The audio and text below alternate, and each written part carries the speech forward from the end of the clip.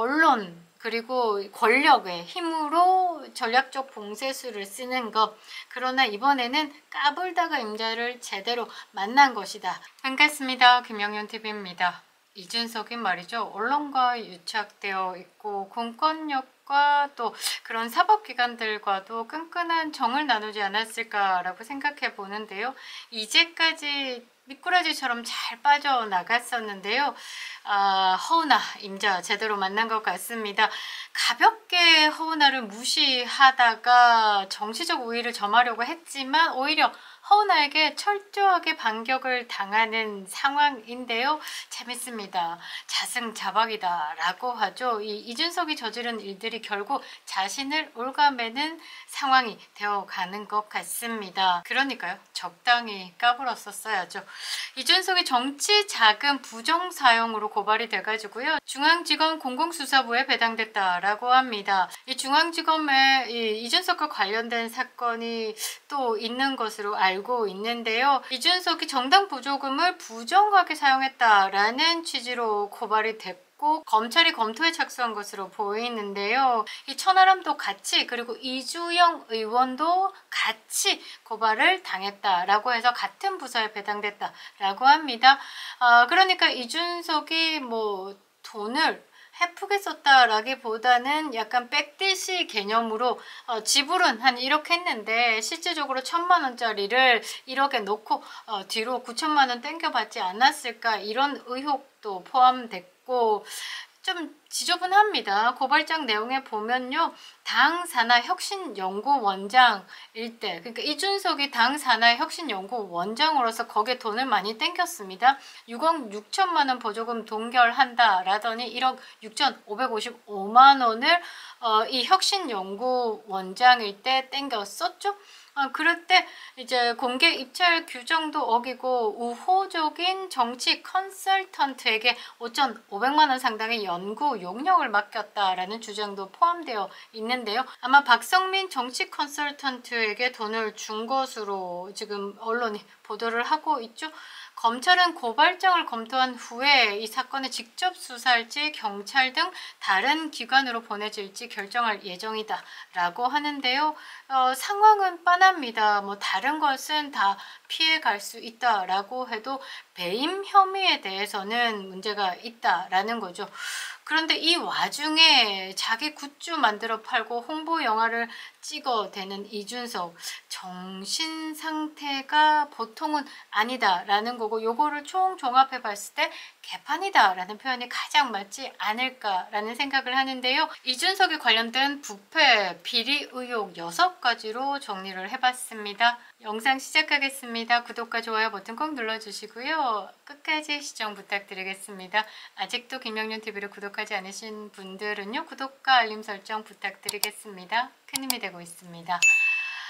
자, 이준석 이게 뭐라고 해야 되나? 땀 흘리는 그 일의 가치? 땀의 가치를 모르는 그러니까 지금까지 어디 기업에 들어가서 회사 일을 해본 적 없잖아요. 그러니까 어디 가나 그 조직을 와해시키고 그 조직을 무너뜨리고 사람들과의 관계는 안 좋고 이게 계속 무한 반복하고 있는 거죠. 사람들이 오래 버텨내지 못한다라는 건 그 사람의 잘못이 더 크다라고 생각을 해보시면 될 것 같습니다. 이준석이 이렇게 정상적인 사회생활 그러니까 회사 생활을 못하는 거는 저는 그렇게 생각합니다. 학력 비리가 있기 때문이죠. 학력에 대해서 이력서 작성하는데 학력이 검증이 돼야 되는데 대한민국 선관위는 그냥 이준석이 내는 그런 사설기관에서 집에서 프린트 아웃한 서류 띡 내도 이준석이야 무사 통과. 그런데 기업은 그렇지 않죠. 철저하게 졸업장에 대한 검증 다 끝마칩니다. 이준석의 학력 비리에 대해서는 제가 꾸준히 말씀드리죠. 하버드 역사상 아마 처음 있을 놈이다라는 거죠. 컴퓨터 사이언스와 경제학을 복수 전공했다라고 10년을 넘게 써먹더니 2023년 5월에 제가 영상을 다뤘죠. 하버드 학력에 대해서 의혹 제기. 그러자 이제 고소, 고발, 남발하고요. 뭐 전략적 봉쇄수를 쓰다가 슬그머니 본인의 프로필을 바꿉니다. 네이버 프로필 보시면요. 이제는 컴퓨터 사이언스, 경제학은 조인트 컨센트레이션이라고 바뀌었는데요. 요게 유일하다라는 겁니다. 하버드 400년 가까이 가고 있는 역사상 경제학을 복수 전공, 복합 전공, 조인트 컨센트레이션이고 나발이고 한 놈이 전 세계 이준석밖에 없다라는 것이죠. 학사 졸업도 의심된다라는 것, 제가 여러 차례 방송을 해드렸을 겁니다. 이준석의 성적표를 분석해보면요. 점수를 다 가렸지만 어떤 과목을 수강했는지가 나오잖아요. 본인이 컴퓨터 사이언스를 전공했다라고 하지만 정작 컴퓨터 사이언스보다 더 많은 과목을 수강했습니다. 중국어를 말이죠. 초급, 중급, 고급 과정을 잘 들었고요. 공자학도 들었고요. 보통 졸업 때, 3학년 때부터 바쁘게 시작하죠. 하버드에서 컴퓨터 사이언스. 그 정도면 한 2학년 때쯤에 교정에 걸어 다니면요. 바로 이제 픽업 됩니다. 보통 기업에 이렇게 가죠. 능력 인정받아서. 그런데 너무 여유로운 나머지 대학교 4학년 그 시절에 일본 목파나 수업도 한다라는 거죠. 그래서 아마 이준석이 정상적인 회사를 다니지 못하는 게 아닐까라고 저는 보고 있습니다. 그런 이준석이 살아남는 방법은요. 정치판에 굴러댕기면서 대한민국 세금에 빨대 꽂아서 사는 거다라고 판단을 했는지, 자, 부패 비리 의혹에 대한 정리를 해보는데요. 첫 번째로는요. 어떤 방법을 썼냐면요. 홍보물 비용을 부풀리기 했다라고 합니다. 그러니까 허은하가 기존 정당이다라고 얘기하면 국민의힘을 이야기를 하는 거죠. 국민의힘에서 보통 7억 정도 홍보비를 사용을 했는데 개혁신당은 한 3분의 1도 안 되는 정말 쩌리 정당임에도 불구하고 한 21억 정도를 사용했다라고 합니다. 제대로 처먹은 것 같은 느낌 들죠? 그러니까 다른 정당들이 평균 8페이지 분량을 제작한다라고 하면 개혁신당은 그 반쪼가리 4페이지 정도를 사용했는데도 비용을 어마어마하게 비싸게 썼다라는 것. 이 부분에 대해서도 선거관리위원회조차도 이상하다라는 반응을 보였다라고 합니다. 자, 두 번째 비리 의혹. 홈페이지 운영 비용이 과다로 지출됐다라는 의혹입니다. 그러니까 지금 허은하 같은 경우는 국민의힘의 국회의원이었죠. 그러니까 비교 대상이 국민의힘이다라는 겁니다. 국민의힘은 100석을 항상 넘었죠. 개혁신당은 3석입니다. 3석. 비례 2석, 지역 1석. 이 이준석도 뽑았다는 놈들이 없는데도 그 동탄 지역의 국회의원으로 뽑혔다. 깜깜이 구간. 이제 공영훈 후보와 20% 지지율이 차이가 나던데 갑자기 깜깜이 구간에 획가닥 뒤집어져가지고 이준석이 그 지역을 먹었다라는 겁니다. 부정선거 의혹을 제기할 수밖에 없는 부분이죠. 자, 국민의힘의 홈페이지 운영비와 비교를 해보자면 개혁신당 같은 경우는 6분의 1 수준의 당원을 보유했음에도 비용을 과다하게 지출했다라는 내용입니다. 그리고 홈페이지 관리 업체 대표가 이준석이 국민의힘의 대표로 있을 때 그 대선 캠프에서 일했던 인물이고 이준석과 특수관계로 보인다라는 가능성을 제기를 했죠. 허은하 전 대표가요, 기업 경영 경험을 바탕으로 이 비용 과다 책정에 대해서 이거는 분명히 백대시가 있었다. 앞으로는 이제 한 1억 넣고 뒷구녕으로는 한 8천만 원 챙기는 이런 식의 방법으로 과다 책정하고 뒷돈 땡겨 먹었지 않았을까라고 판단한 것으로 보이는데요. 선관위 및 수사기관의 문제를 제기한 상황입니다. 자, 세 번째, 개별 국회의원에게 배정된 정책 비용 한 500만 원 정도인데요. 초과해서 특정 업체하고 또 특정인에게 1천만 원씩 지급한 사례가 발견됐다라고 합니다. 정책 연구 용역을 받은 인물 중에 일부가 방송 패널로 활동하고 있고 이준석에 대해서 참 올려치기 하는 긍정적인 평가를 내리는 사람들이 주다라는 거죠. 그리고 연구 용역의 주제가 정치평론과 무관한 내용, 그러니까 뭐 지하, 환경 등 그런 부분이 설정되어 있는데 명목상 계약으로는 이게 맞지 않다라는 겁니다. 그래서 의심이 된다라고 요거 수사기관에 좀 밝혀주십사 하고 고발을 한 거죠. 그리고 이준석이 선거 컨설팅을 받았음에도 불구하고 관련 비용이 당에 회계 내에서 발견되지 않았다라는 건 불법 정치 자금 가능성도 있다라고 이 수사기관에 가능성을 제기하면서 이 부분에 대해서 수사해달라고 요청한 상황이다라고 합니다. 잘한다? 그렇죠. 그리고 이준석의 네 번째 비리 의혹은 특정 업체와의 유착 의혹 이 있습니다. 용역의 발주 과정에서 이준석과 언급된 업체가 이상하다. 자금 흐름이 포착됐다라는 거죠. 개혁신당의 홈페이지를 운영한 업체가 이 이준석이 그 국민의힘의 당대표 시절에서 대선 캠프에 있었던 인물이고 법인 등기부 등본상 이준석과 연관성이 존재한다라는 게 확인이 된 상황이다라는 겁니다. 자, 정당 내부 감찰을 회피했다라는 건 뭔가 구린내가 있다라는 의혹이겠죠. 이 부분도 제가 하나의 포인트로 잡았습니다.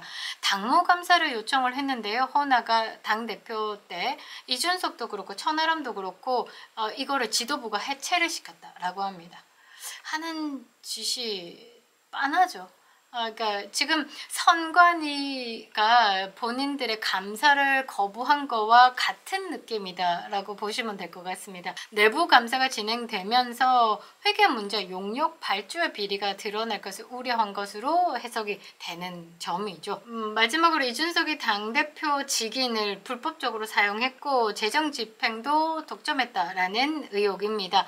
허은하 전 당대표가 당대표 직인을 관리하는 게 정상적인 절차였는데도 불구하고 이준석이 이를 문제 삼아서 왜곡 주장했다라는 거죠. 그러니까 이준석이 마음대로 이렇게 도장 찍다가 갑자기 허은하가 당대표가 된 다음에 계좌의 비밀번호 그리고 뭐 도장 이런 것도 다 이제 바꾼 상황이니까 이준석이 마음대로 돈을 못 뺏은 거예요. 그런 부분에 대해서 이제 문제 제기를 이준석 측에서 했다라는 거. 그러니까 지 맘대로 안 되니까 언론을 이용해가지고 허은하가 도장 들고 나르샤 했다부터 시작해서 연락이 안 된다 이러면서 막 왜곡 주장을 하고 있는 거죠. 당의 재정 집행 과정에서 이준석의 직인을 통해서 독점적인 결재권을 행사했을 가능성을 제기하고 있습니다. 사실 이 사이에서 많은 문제점들이 이제 허은하 전 당대표 입에서 막 흘러나왔어요. 그런데 이 부분에 대해서는 이제 수사기관에서 밝힐 부분이라서 제가 큰 틀을 말씀드렸는데요. 쉽게 얘기하면 이 당에 돈은 내 거야 라고 하면서 돈을 쉽게 썼다라는 게 포착됐다라는 겁니다. 자, 결론적으로 봤을 때 이 개혁신당 내 홍보비, 홈페이지 운영비, 용역 발주 등 아주 불투명한 회계가 진행됐다라는 것. 제가 백디씨를 강하게 의심하고 있다라는 것이고 정치평론가의 유착관계도 확인됐고 이런 거니까 이제 당의 돈으로 이제 개인의 정치적 이득을 챙겼을 가능성이 매우 농후하다라는 겁니다. 국민 세금으로 운영되고 있는 정당의 재정을 사적으로 운영했다라는 것은 배임 혐의가 추가된다라는 것이죠. 지저분합니다. 개인의 비리를 그냥 언론 그리고 권력의 힘으로 전략적 봉쇄수를 쓰는 것. 그러나 이번에는 까불다가 임자를 제대로 만난 것이다. 허나 당대표가 맘먹고 글을 하나 올렸습니다. 젠더 이슈로 본질을 흐리려는 시도 예상을 벗어나지 않는군요. 대선 후보로 극진한 대접받으니 좋으십니까? 제대로 조롱하고 있죠. 그 자리는 책임을 지는 자리입니다. 갈라치기가 아닌 통합을 말하는 것이죠. 그것이 지도자의 기본입니다. 긴 말 필요 없습니다. 도망치지 말고 토론합시다. 정정당당히 겨뤄보시죠. 반지성이요? 진짜 반지성은 본인에게 제기된 의혹과 대화를 피하고 낙인만 찍는 겁니다. 누가 사실을 말하고 누가 선동하는지 국민이 직접 판단하실 겁니다. 여론전합니다. 부정선거 음모론자로 취급하면서 부정선거는 없었다. 토론하자.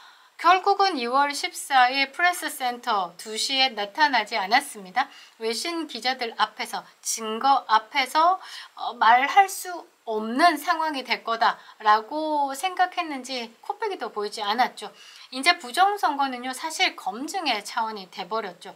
지금 허은하 전 당대표와 이 다툼도 이제 사실 검증의 차원으로 들어온 겁니다. 이것은 토론의 주제도 맞지 않을 뿐더러 이제 쉽게 얘기하면 이준석은 이 계란으로 바위치기인 줄 알았는데 바위가 깨지는 상황인 거죠. 허나 만만하게 봤다가 오히려 예상치 못한 강한 반격을 맞고 있다라는 겁니다. 자신 있으면 기어 나와 보라지요. 허은하 전 당대표님, 하버드 학력 사기에 대해서 자세한 문의사항 친절하게 알려드리도록 하겠습니다. 김영현 TV였습니다.